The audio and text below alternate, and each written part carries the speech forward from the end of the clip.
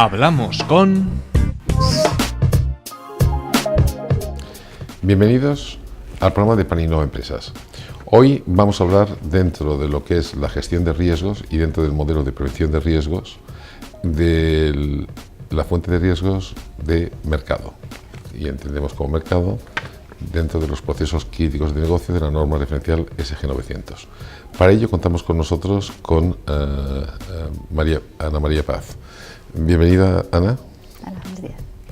Bien, Ana es una de las personas que participa dentro del proyecto de investigación de lo que es la gestión y la prevención de riesgos dentro de la norma SG 900. Explícanos un poco, ¿cuántas personas conforman el proyecto de investigación de la norma en cuanto al tema de lo que sería puramente el apartado compliance en los temas legales? Pues el equipo está formado por 10 personas, las cuales pues están divididas en diferentes disciplinas a nivel legal, desde el penal, pasando por el administrativo, civil, mercantil, en las que se analizan todos aquellos riesgos que pueden afectar dentro de la compliance corporativa de la empresa, ¿no? Vale, perfecto. Oye, pues te quería comentar, si te parece bien, vamos a entrar en lo que son las fuentes de riesgos y dentro de ellas vamos a empezar, bueno, dentro de lo que es el proceso crítico de negocio de mercado en concreto. Y para ello empezamos con la primera fuente de riesgos, que es los riesgos de la competencia. Bueno, ¿qué riesgos son requisitos de la competencia son los fundamentales? A ver, en todo lo que es la competencia podemos encontrar riesgos, sobre todo en el tema de monopolio, limitaciones de competencia, ventas también a pérdida, etc. Sobre ese, bueno, en cuanto a concentración de precios, ¿no? También, sí.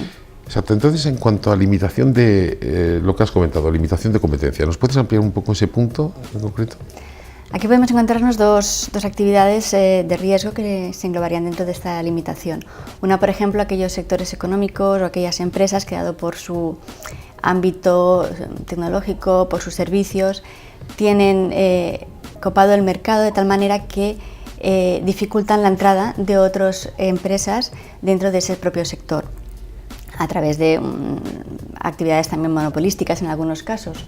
Como por ejemplo pasó en Telefónica, cuando empezaron a entrar otras operadoras que tenía pues la exclusividad en tema de antenas, en tema de cableado. Claro, esta exclusividad impedía la entrada de la competencia de otras empresas dentro del mismo sector, ¿no? Ese sería uno de los casos importantes de las limitaciones. Otro sería, por ejemplo, la venta a pérdida. Es decir, es un riesgo en el cual las empresas no pueden poner precios por debajo del precio de adquisición. En ello, para evitar pues, reventar, lo que se dice reventar el mercado o incrementar ventas. Sí que podemos tener en cuenta, por ejemplo, cuando hablamos del comercio minorista, en temas de liquidación de stock o en periodo de rebajas a nivel de comunidades autónomas, etcétera. Aquí sí que hay una cierta permisividad o está regulado el tema de precios, pero si no es en estos casos en concreto, que se adhiera a cada normativa y a cada comunidad o en concreto, es un riesgo el tema de precios y de venta a pérdidas. Perfecto. Otra fuente de riesgos, otro de los factores dentro de la fuente de riesgos de mercado, están los riesgos relativos al mercado de valores y productos financieros. Entre ellos, dentro del estudio de investigación realizado, factores que afectan sería la aplicación de normativa financiera por actividad, el cumplimiento normativo, requisitos o garantías, garantía destino de los fondos de clientes, políticas de blanqueo de capitales, información confidencial del sector financiero, apoyo al control y supervisión a autoridades, información económica, contratación de productos financieros de riesgos. Dentro de ellos, ¿qué es eso de garantías, destino, fondos de clientes? ¿Qué se entiende por los riesgos de garantías, destino, fondo de clientes? Aquí puedes tener en cuenta el riesgo en la que pueden incurrir ciertas empresas que se dedican pues, a gestión de patrimonios y a inversiones de fondos de clientes. Tienen que asegurarse que el fondo, el destino al que se destina el fondo del cliente, el destino sea el correcto y el que se pactó o el adecuado según el contrato. Porque aquí podemos encontrarnos luego riesgos y problemas a la hora de devolver esos capitales o la gestión que se ha realizado que no sea la adecuada en función a lo que se estableció en en contrato con los inversores, ¿no?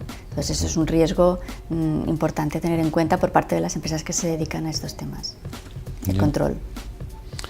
Respecto a la información confidencial del sector financiero, ¿qué aspectos son los que cubre o qué aspectos son a los que se hace relación? Es decir, aquí como se obtienen muchos datos o mucha información confidencial, lo que obliga a la normativa es a poner toda una serie de medidas de control para que esta información esté garantizada, su confidencialidad, el uso que se realiza de ellas, la cesión que se puede hacer incluso de estos datos en algunas situaciones, y todo esto está pues pautado normativamente y se tiene que tener en cuenta y luego demostrar que se ha realizado esto para evitar riesgos de fuga de información. Respecto al apoyo y control y supervisión a autoridades. Bueno, las autoridades, a través de la normativa que existe, tienen esa supervisión, ese deber de supervisión y la obligación por parte de las empresas dedicadas a todo este tipo de actividades a colaborar con las autoridades para reflejar todas las actividades que realizan, colaborar con ellas y llevar un control exhaustivo de todas las actividades en el caso de que haya una reclamación o haya una inspección por parte de ellas. Vale, otro factor es algo que estamos muy habituados, es el tema de ayudas y subvenciones a la parte de cuando te la conceden, ¿no? ¿Qué riesgos asume una empresa cuando le conceden una ayuda o una subvención?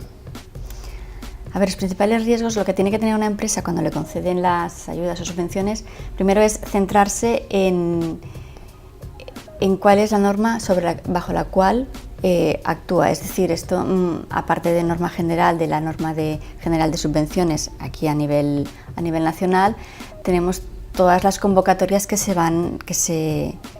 se convocan a través de los diferentes organismos. Entonces, primero, sobre todo, hay que estar a lo que dice la convocatoria, específica tanto de comunidad autónoma, tanto Unión Europea como nacional, entre otras, ¿no?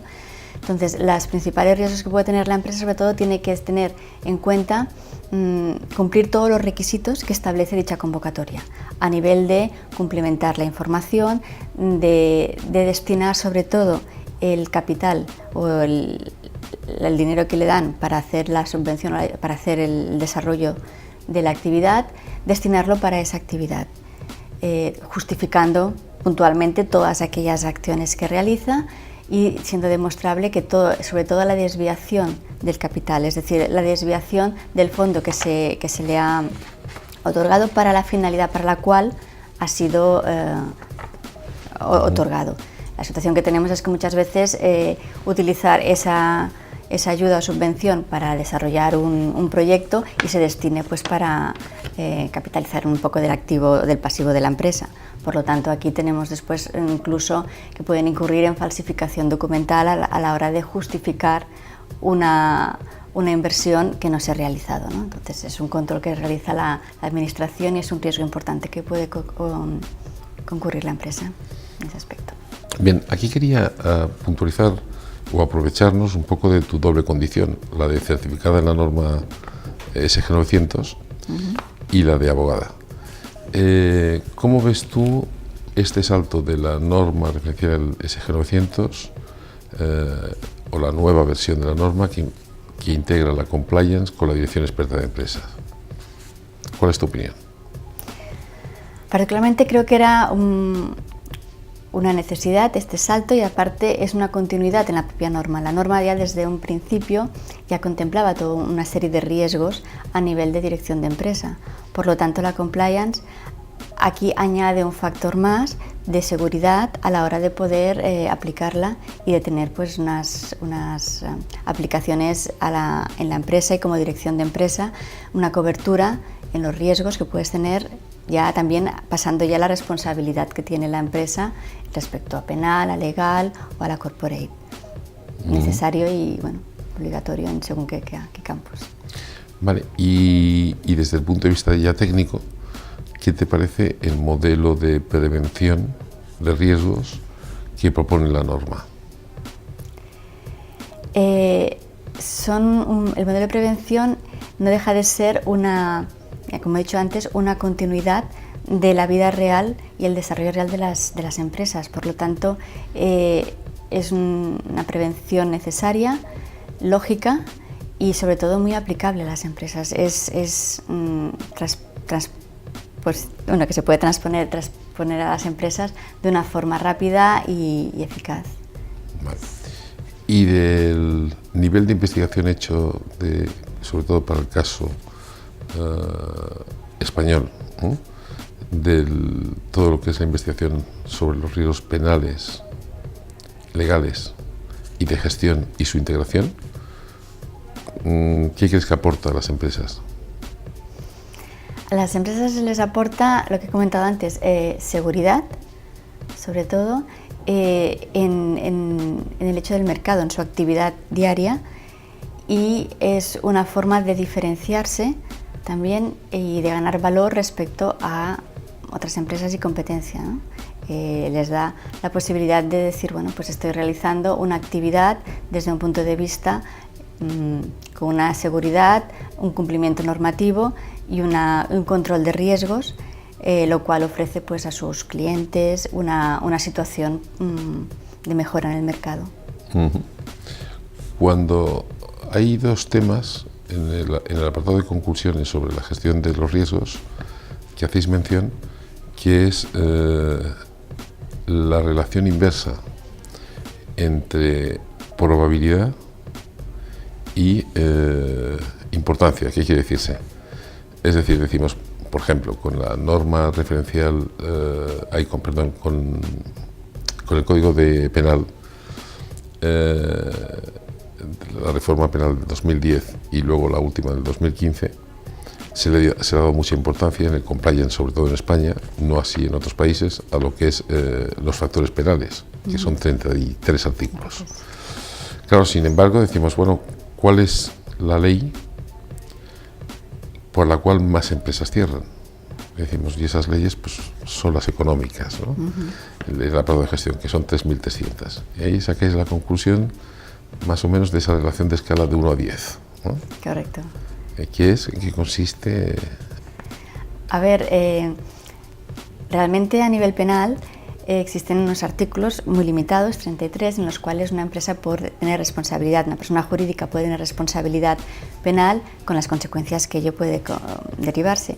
Sin embargo, viendo la relación de artículos y de delitos posibles que puede cometer una persona jurídica, quedan muy limitados respecto a su actividad económica en general. Sin embargo, una serie de cumplimientos y todas otras leyes y normativas económicas, como has dicho bien, son la mayor causa de cierre de las empresas, no por las penales, sino por las económicas. Por lo tanto, estamos en un nivel de riesgos, a nivel de cumplimientos legales no penales, mucho más elevado, como dices tú, una relación de 1 a 10 respecto a los que realmente establecen la normativa penal. Por lo tanto, es importante tener en cuenta, o básico tener en cuenta, no únicamente los que hemos comentado penales, sino sobre todo los legales, no penales y normativos a nivel de sectorial, a nivel económico, a nivel mercantil, los cuales suponen el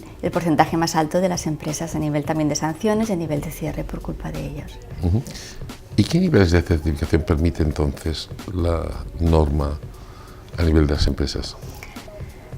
Viendo estos 3 tipos que hemos visto de riesgos, naturalmente se inicia con un nivel de certificación a nivel penal, es decir, certificas los riesgos de cumplimiento penal. Pasamos después al cumplimiento o a la compliance que le decimos legal, en la cual se incluyen todos los riesgos penales y además todos los riesgos normativos y legales que influyen en la propia empresa, que le pueden ocasionar pues, los resultados no deseados. Y finalmente tenemos la Corporate Compliance, que incluye todos los riesgos penales, los legales penales, y los de organización y gestión, que hemos visto que son también básicos en el desarrollo de la propia empresa.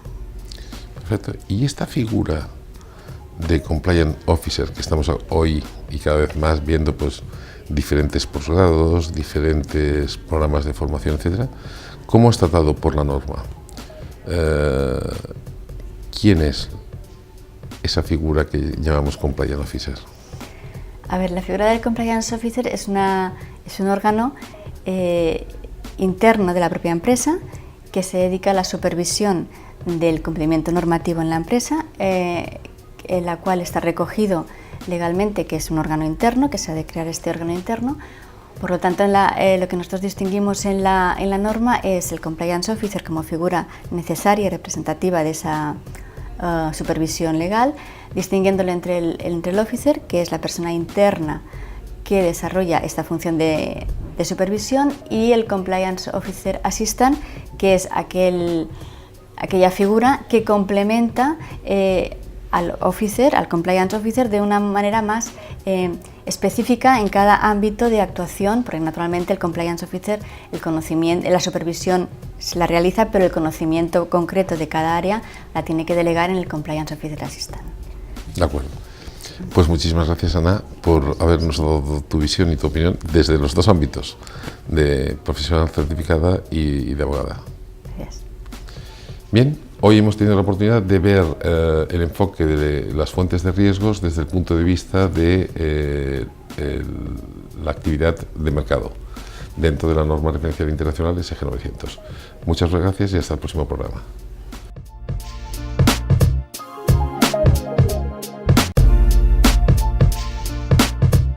Aprovecha todas las ventajas de las redes sociales uniéndote y participando en el grupo profesional Plan Innova en LinkedIn. Podrás compartir tus inquietudes y experiencias profesionales con centenares de profesionales de todos los sectores.